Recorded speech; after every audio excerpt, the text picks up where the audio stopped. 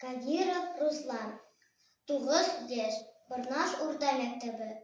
Габдулла Тукай. Милли моңнар. Ишеттем мин кичә берәү җырлый. Чын безнең матур милли көй.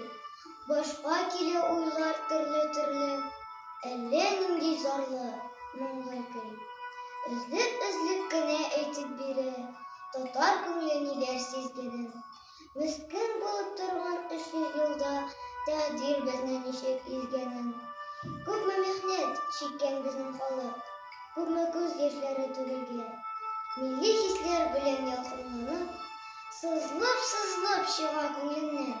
Хайран булып җырны тыңлап тордым, ташлап түбән дөнья уйларын. Күз алдымда күргән төсле булдым, Болгар һәм Агыйдел буйларын. Түзелмәдем, бардым җырлаучыга. Дидем, кардәш, бу көй нинди көй? Җавабымда милләттәшем миңа. Бу көй була диде